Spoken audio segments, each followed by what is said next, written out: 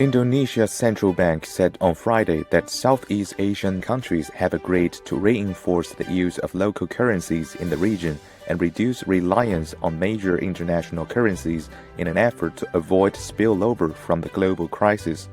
The agreement came on the last day of a meeting of finance ministers and central bank governors of the Association of Southeast Asian Nations members.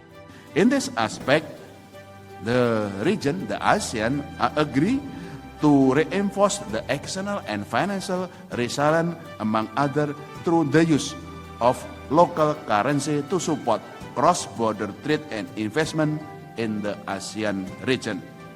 Current challenges and heavy reliance on major currency for international trade and investment settlement could raise vulnerability and increase the risk of financial stability in ASEAN.